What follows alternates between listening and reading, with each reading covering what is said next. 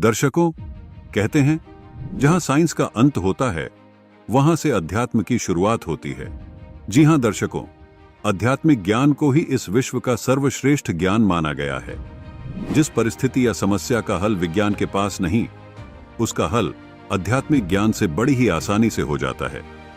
आज हम आपको सीमा रोहिल जी की दुखद जीवन यात्रा से परिचित करवाने जा रहे हैं, जो पारंपरिक चली आ रही देवी देवताओं की पूजा साधना किया करती थी। इन्हें शारीरिक कष्टों ने इस हद तक घेर लिया था कि इनका शरीर अब कुछ काम करने लायक नहीं रहा था। इनका वजन भी मात्र 28 किलो रह गया था।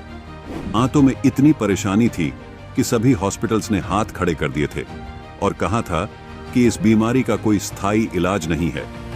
1 लाख के इंजेक्शन से भी इनका ट्रीटमेंट हुआ, पर कोई फायदा नहीं था। यहां तक कि इंडिया की टॉप मोस्ट 35 डॉक्टर्स की टीम ने भी इनको देखकर मना कर दिया, यानी मेडिकल साइंस के पास इनकी परेशानी का समाधान नहीं था।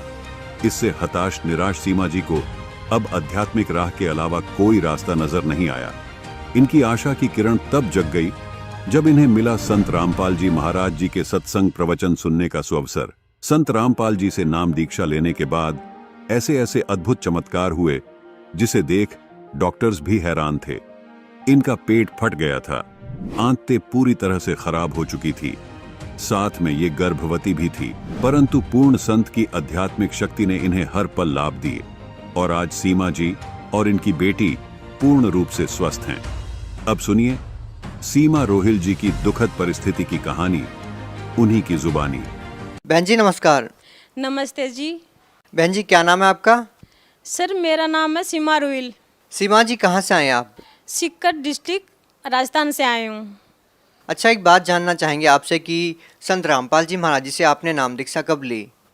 सर मैं 2014 में 23 फरवरी को नाम लिया था। संत रामपाल जी महाराज जी से नाम दीक्षा लेने से पहले आप क्या भक्ति साधनाएं करते थे?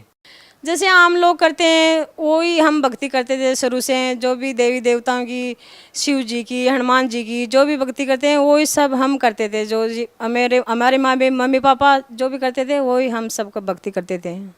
आपने संत रामपाल जी महाराज जी से नाम दीक्षा क्यों ली? क्योंकि मैं बहुत ज़्यादा बीमार रहती थी, इसलिए मैंने संत रामपाल जी महाराज जी से नाम दीक्षा ली थी। क्या बीमारी थी आपको? क्या हुआ आपके साथ? सर जो मैं मेरी स्टोरी को याद करती हूँ ना, तो मेरी आत्मा बिल्कुल कांप जाती है। आपको मैं बताना चाहूँगी कि मैं इतनी ज़्यादा प्रॉब्लम थी मेरे, इतनी ज़्यादा मैंने लाखों रुपए करोड़ों रुपए मैंने बर्बाद किए मेरी इसी प्रॉब्लम पे, फिर भी मेरे कोई आराम नहीं मिला। क्या बीमारी थी आपको और क्या क्या आपने किया? मेरी बीमारी का पता ही नहीं चला। मैं जैसे झाड़ फूंक के गई तो उनने बोला कि इसमें भूत है। जैसे डॉक्टर के पास गई, डॉक्टर ने बोला इसमें पाइल्स है। और मेरे लूज मोशन इतने हो रहे थे, बार बार दिन में 10 बार, रात को 10 बार लूज मोशन के साथ मेरे ब्लीडिंग होती थी। इतना ब्लड निकलता था, इतना ब्लड। मैं इतनी कमज़ोर हो गई थी, इतनी ज़्यादा कमज़ोर हो गई थी। किसी ने बोला इसके पाइल्स है, किसी ने बोला इसमें 3 भूत है, किसी ने बोला इसके नज़र लगी। हमने सब कुछ कराया, झाड़ फूंक भी करवाई और पाइल्स का भी इलाज करवाया। पाइल्स के वो इंजेक्शन लगाते थे मेरे लेटरिन के रास्ते में, मैंने वो भी लगवाए। उससे मेरे और ज़्यादा प्रॉब्लम बढ़ती गई और कोई आराम नहीं मिला। कहीं काली माता के गए थे, उसने बोला कि इसका अगर आपको कालजा बचाना है तेरा तो तेरे को बकरे का कालजा खाना पड़ेगा। मैंने बोला ठीक है, मैं वो भी खा लूँगी, अगर मेरा कालजा बच जाएगा तो मैं वो भी खा सकती हूँ। तो मैंने 4 दिन मेरे को बकरे का कालजा खिलाया और 5 दिन तक बकरा बना हुआ मेरे को वो खिलाया। फिर भी मेरे कोई आराम नहीं मिला था। फिर भी मैं और ज़्यादा प्रॉब्लम थी, मेरे और ज़्यादा प्रॉब्लम बढ़ गई थी। हॉस्पिटल में लेके गए तो उसने बोला कि इसके टीबी है। तो मैंने टीबी की दवाई खाई। 2 महीने मैंने टीबी की दवाई खाई। उससे मैं इतनी वीक हो गई थी, फिर मेरी इतनी वो बिल्कुल वेन चलना भी बिल्कुल बंद हो गया था। फिर वो सीकर में मेरे को एडमिट किया एकदम से कि भाई इसकी क्या हो गया, ये तो ख़त्म हो गई, वो हो गई। फिर सीकर वालों ने बोला कि इसकी इसको इतनी, अभी इसकी 28 kg वेट है इसको, और इतनी भारी पावर की आप उसको दवाई दे रखे हो तो ये तो होएगी ख़त्म। तो मेरे को इसको मेरे पापा को और हस्बैंड को बोला कि इसको जल्दी आप जयपुर लेके जाओ, नहीं तो ये नहीं जिएगी। अगर दुर्लभ जी हॉस्पिटल में आप एडमिट नहीं कराओगे तो ये नहीं जिएगी। 1 घंटे में आप जयपुर पहुँचा दोगे तो ये जी जाएगी। फिर मेरे को 1 घंटे में जयपुर पहुंचा दिया था। आईसीयू में लेके गए थे मेरे को। 2-3 दिन बाद में होश आया और ब्लड भी चढ़ा था और मैं वो जांच भी की थी। उस टाइम में वो जांच की थी, उस टाइम में पता चला कि इसके आंत में स्वेलिंग है और वो छाले हैं। तो मेरे को 18 दिन एडमिट किया था। 18 दिन में हमने 1 लाख रुपए वहाँ दुर्लभ जी हॉस्पिटल में बैंक में जमा होते हैं, तो 1 लाख रुपए दुर्लभ जी हॉस्पिटल में बैंक में जमा कराए हमने। 18 दिन बाद में फिर हम घर आए थे छुट्टी लेके। तो रास्ते में एक झाड़ फूस वाला फिर मिल गया कि इसको क्या प्रॉब्लम है। उन्होंने तो बताया मेरे हस्बैंड ने कि भाई इसके ये प्रॉब्लम है। तो वो बोला कि मैं इसको बिल्कुल ठीक कर दूंगा, ये 3 दिन में एकदम से अपना सर उठा के अपने आप चलने लग जाएगी। आपके हस्बैंड क्या करते हैं? मेरे हस्बैंड है आर्मी में। हाँ, आर्मी में, वो आर्मी ड्यूटी करते हैं सर। आपको रास्ते में झाड़ फूक वाला मिलता है, जब आप हॉस्पिटल में इलाज करा ही रहे थे तो फिर आपने झाड़ फूक वालों से इलाज क्यों करवाया? वो बोला कि मैं गारंटी लेता हूँ इसको 3 दिन में, ये जैसे मैं उठती नहीं थी, मेरे से सर भी नहीं उठाया जाता था। तो वो बोला कि उसी टाइम उसने एक पानी में कुछ मंत्र के दिया था, मेरे को पानी पिलाया था। उसी टाइम मैंने ऐसे नाड़ी हिलाना ये सब कुछ करने लगी थी। तो मेरे हस्बैंड को भी विश्वास हो गया कि हाँ ये ठीक कर देगा। क्या तांत्रिक ने आपको ठीक कर दिया? नहीं, वो 1 महीना मेरे को 1 महीना एकदम ठीक सी रही थी मैं, कोई प्रॉब्लम नहीं। तो 1 महीने के बाद में वही प्रॉब्लम, फिर लूज मोशन, लेटरिन जाना, ब्लीडिंग। तो हमने 1 लाख रुपए दे के वो दवाई तो फेंक दी थी और फिर हम उस हॉस्पिटल में गए नहीं। और वो बोला कि इसका जो भी भूत थे हमने वो निकाल दिए और जो भी इसकी तो फिर आपने अपना इलाज किसी बड़े हॉस्पिटल में क्यों नहीं करवाया? वो सर पहले हस्बैंड बोल रहे थे कि वो थे ना आर्मी में थे तो थोड़े बहुत पीछे भी थे, तो बोले कि यहीं सिविल में अच्छा इलाज होगा, यहीं करवा लेते हैं।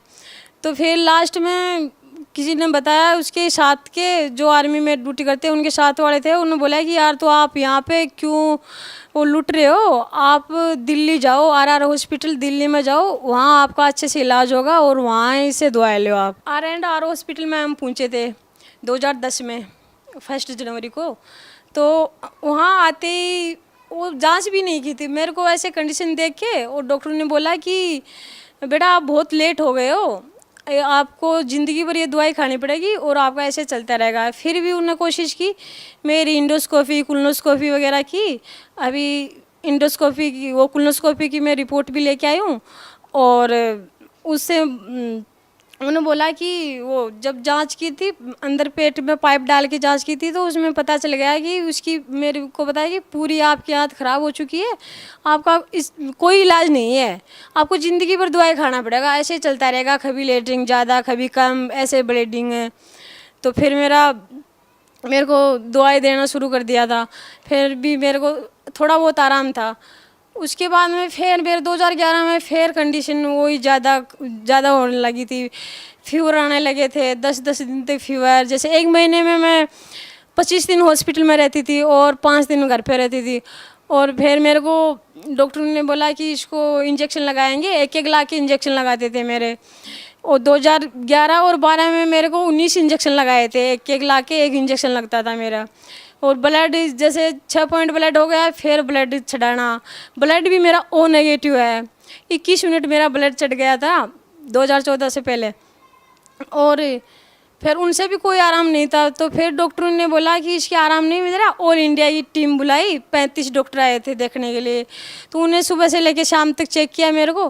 तो उन्हें बोला कि जो आप इसको इलाज चल रहा है, जो आप इसको दवाई दे रहे हैं, इम्प्लिक्सी में इंजेक्शन दे रहे हैं 1-1 लाख के, अगर उनसे ही कोई आराम नहीं है तो इसके नहीं आराम हो सकता, इसकी ऑपरेशन भी नहीं कर सकते। हम बोले कि इसकी आंत भी हम बाहर नहीं निकाल सकते क्योंकि इसकी एज नहीं है अभी, और आंत दूसरी भी नहीं डल सकती, बगैर आंत के भी ये काम नहीं चला सकती।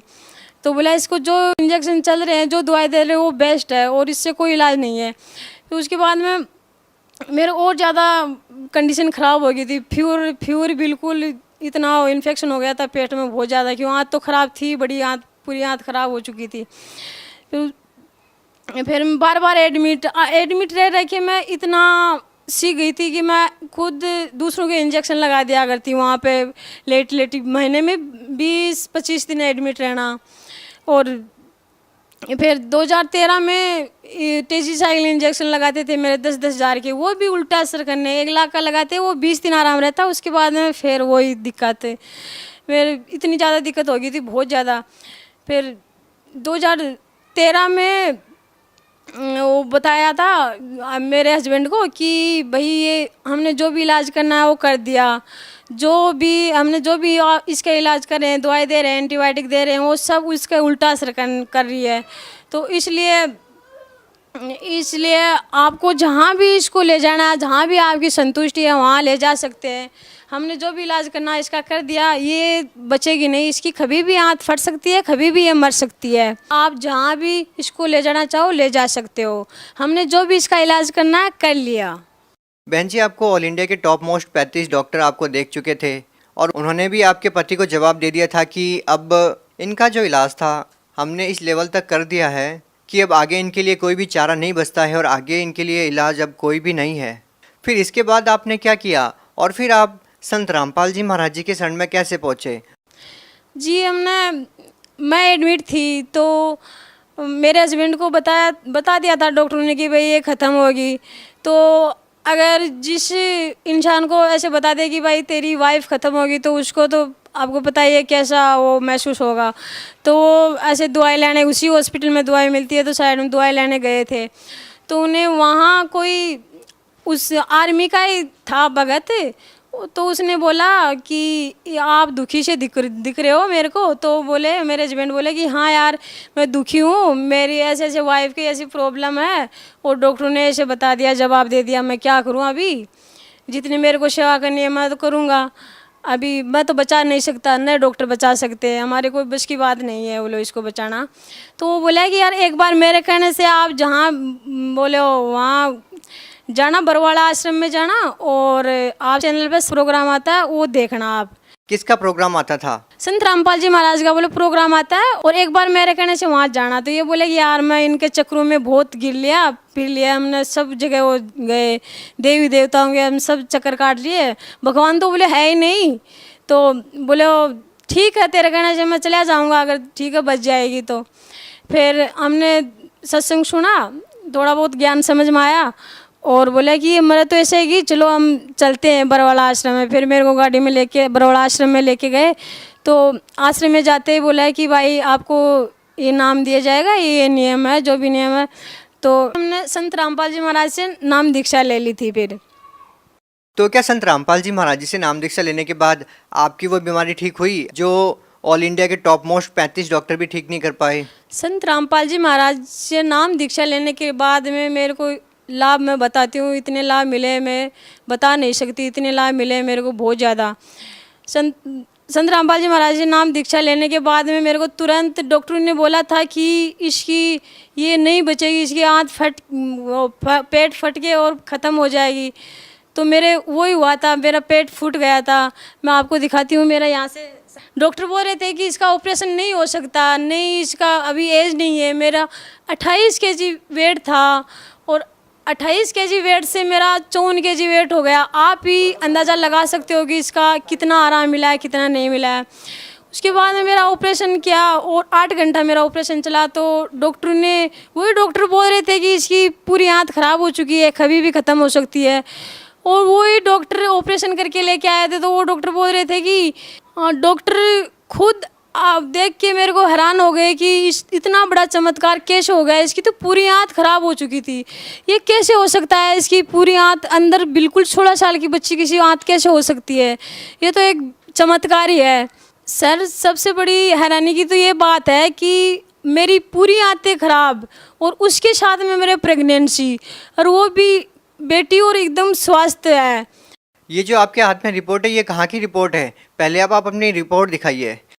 जी R&R हॉस्पिटल की रिपोर्ट है और ये 2010 और 12 की वो है जो मेरी कोलोनोस्कोपी की थी कि डॉक्टर ने बताया था कि इसकी पूरी आंतें ख़राब हो चुकी है।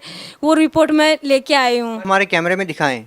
देखो मेरी आंतें कैसे अंदर से ख़राब हो चुकी है, पूरी आंत ख़राब हो चुकी थी, कैसे छाले छाले ब्लड ब्लड वो आप देख सकते हो। ये 2010 की रिपोर्ट है, ये 2012 की रिपोर्ट है। ये आर्मी हॉस्पिटल है। हाँ जी, ये आर्मी हॉस्पिटल है धौलाकुआं के पास में, R&R हॉस्पिटल दिल्ली कैंट में।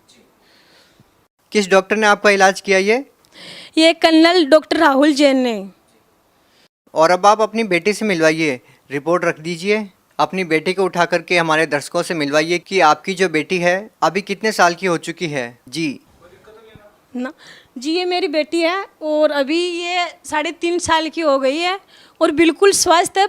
संत रामपाल जी महाराज की दया से ही ये स्वस्थ है बिल्कुल। जी, ये भी हैरान करने वाली बात है कि आपकी आंतें बाहर हैं, फटी हुई है, निकली हुई है, फिर भी आपने अपनी बेटी को ऐसे गोद में उठा लिया है। इसका वेट कितना है?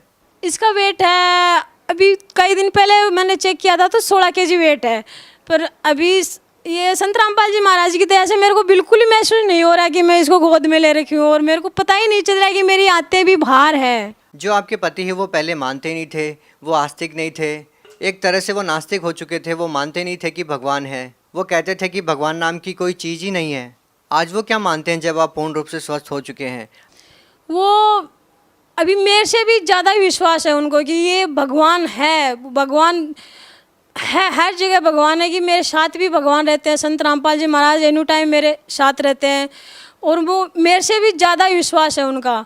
और क्या कहना चाहेंगे संत रामपाल जी महाराज जी के बारे में? सर, मैं तो सबसे यही प्रार्थना करना चाहती हूँ कि संत रामपाल जी महाराज आए हुए हैं, उनसे नाम दीक्षा ले और अपना कल्याण कराएं। जी धन्यवाद। जी सत साहेब।